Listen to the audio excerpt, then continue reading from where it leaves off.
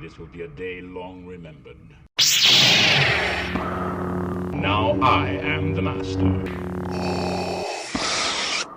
Welcome to another episode of Legends and Theories, and welcome to my breakdown of the Ahsoka trailer. I'm really excited to do this, and just want to go right into it, so let's do just that.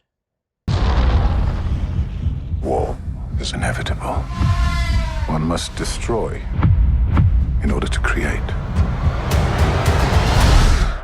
We first get a look at this dark side user. I forget his name, but he's going on a rampage through a New Republic ship, killing forces and just talking about some pretty sinister stuff. It is interesting, and I am excited to see this character, although this will be the one and only time we get to see him since the actor has sadly passed away. I am interested still to see him and hope he is a really good antagonist for the show, since this will be the one and only time we get to see him. We are no Jedi.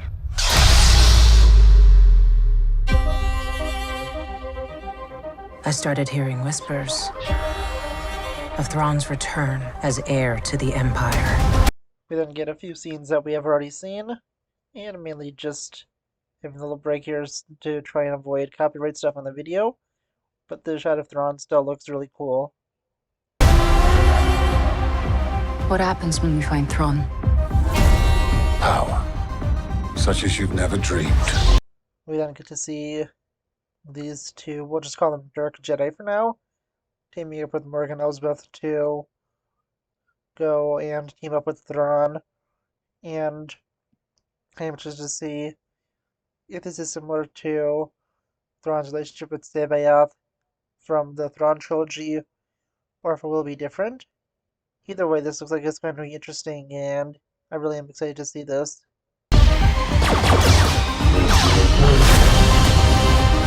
I've spent most of my life fighting a war. That's why I'm trying to convince you to help me prevent another one. We then get this really cool scene where Hera is trying to prevent another war, most likely against Thrawn, and we see many high members of the New Republic, including Mon Mothma there.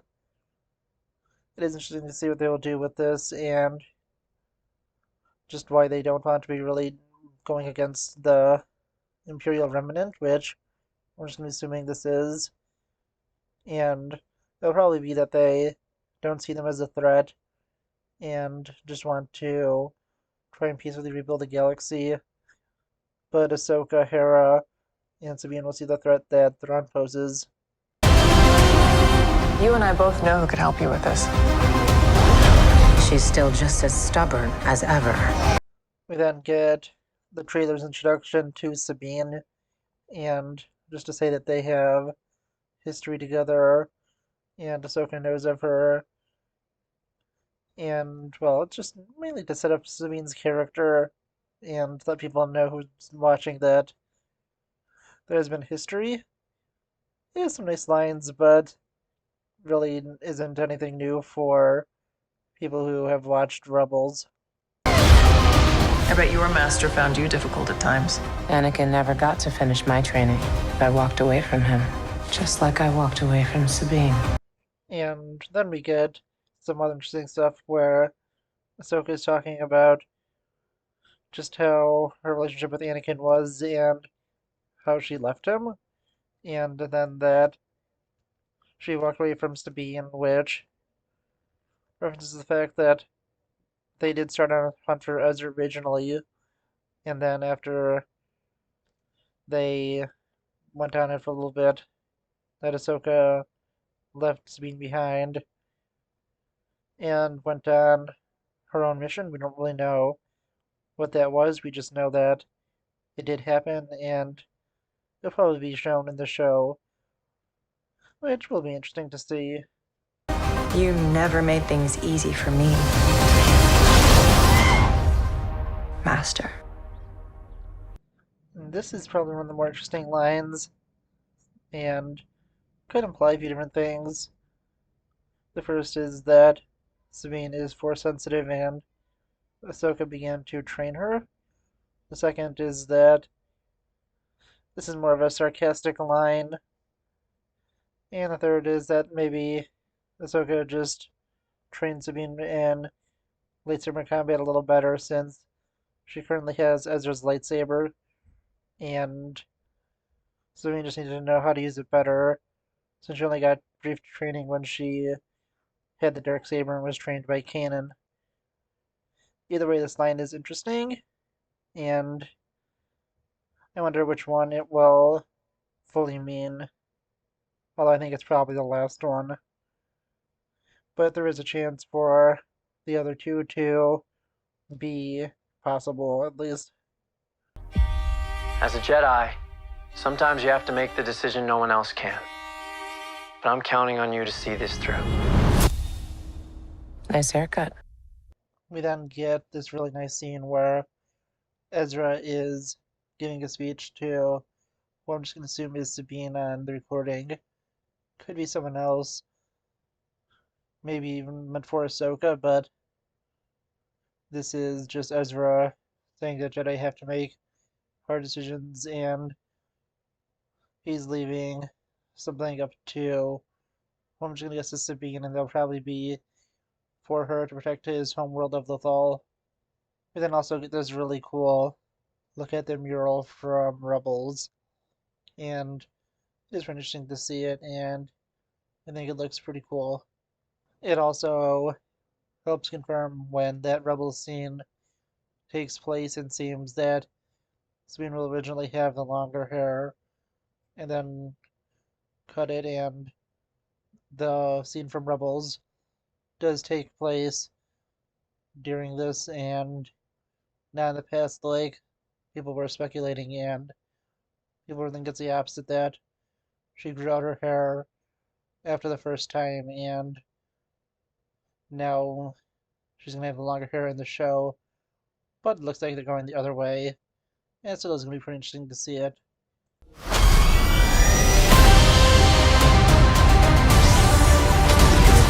Sometimes we have to do what's right, regardless of our personal feelings. We then get a quote from Ahsoka talking about how they need to do what's right, even if their personal feelings say it differently. And that's a nice quote. And then you get this really cool shot of what I'm going to guess is a Purgle. And this will probably be from closer to the end where they are close to finding Ezra and Thrawn. And I'm interested to see what they do with it. But this still does look really cool.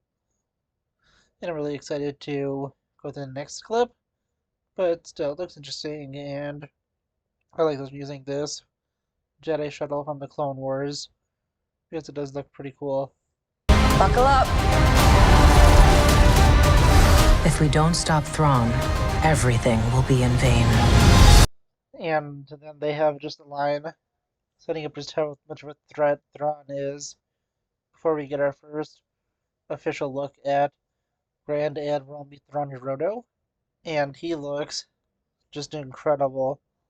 I think that it's really awesome to see him like this, and it's a near perfect recreation.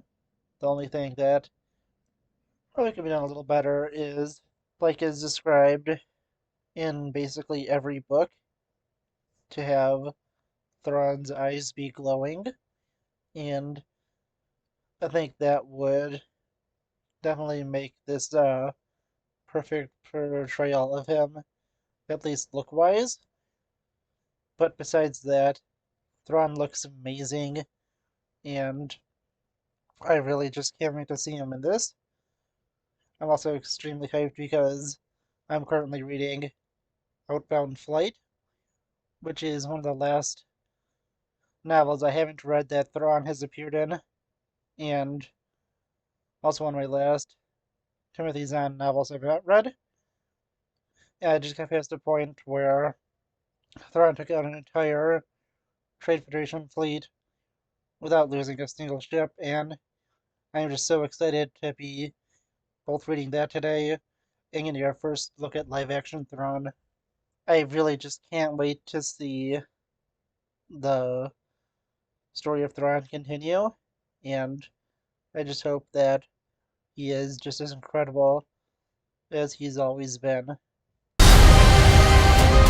You have no power. We then get the first scene that really confirms that Sabine is using Ezra's lightsaber, where she fights, I believe her name is Shin, and this could help say that she has force sensitivity since she is able to fight a force sensitive, or that Ahsoka at least has been training her. And although I think that's the most likely one, I think there is a chance that you could reveal that Sabine was force sensitive. Anakin spoke highly of you. We then get this really nice scene where we get the lightsaber duel between, again, I don't remember his name, and Ahsoka, and we get the mention of Anakin seeing that he knew him before his turn to Darth Vader, and it's really just interesting to see. And we also get the Vader breathing in the background, and I do wonder if we'll either get a flashback to Vader or maybe even Anakin's Force Ghost. And even though I would love for that to be a surprise in the show, I think that's probably the best way for them to draw casual fans in. But that's probably why there's a bunch of references to Anakin in this, to make sure that people know that there's a connection to the Star Wars films and to Anakin Skywalker. And I love that, but I think that really to draw them in that they probably do need a small clip of either Anakin or Vader in the trailer. I'm not here to discuss my past. We have a lot of work to do. Once a rebel, always a rebel. We then get some more awesome scenes where we see Ahsoka talking about how she doesn't want to talk about her past. Then we see the droid of the Jedi Hu Yang talking about they have a lot of work to do. And finally, Hera saying that once a rebel, always a rebel. And that probably means they're going against the New Republic government and will be trying to stop Thrawn on their own, even though the Republic doesn't see him currently as a threat, but they eventually will, probably for the new movie that Dave Filoni is making.